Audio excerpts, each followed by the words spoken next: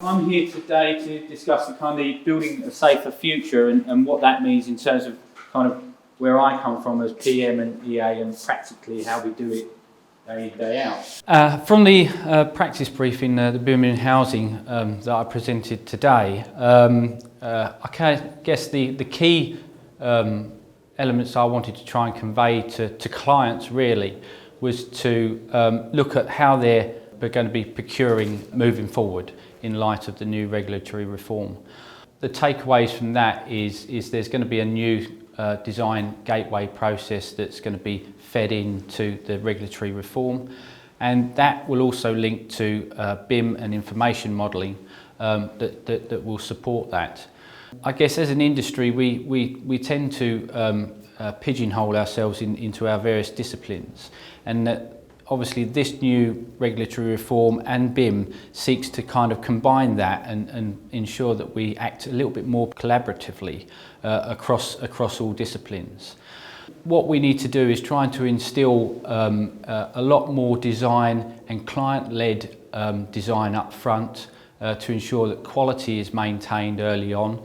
That will then give us a better outcome in terms of the delivery of each scheme. Leading up to Gateway 2 of the new reform is how I suggest clients then proceed, is to take that design to Stage 4. That will instill quality and design and ensure that the outcomes of that project are met, and also lead to obtain regulatory compliance. This will then feed back into the procurement and tendering process, because the more clarity on information that you have, the better quality and more robust pricing you'll get back. But it won't necessarily mean the cheapest price at the end of the day.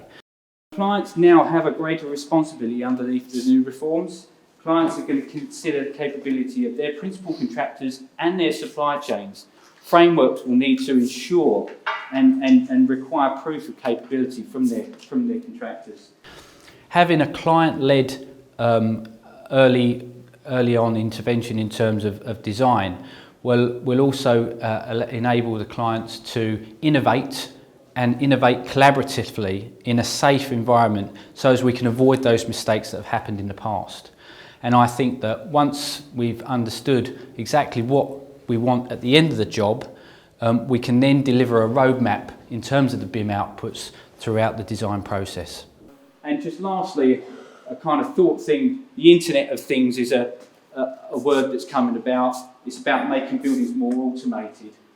You can use a building model, put in sensors into the actual building itself.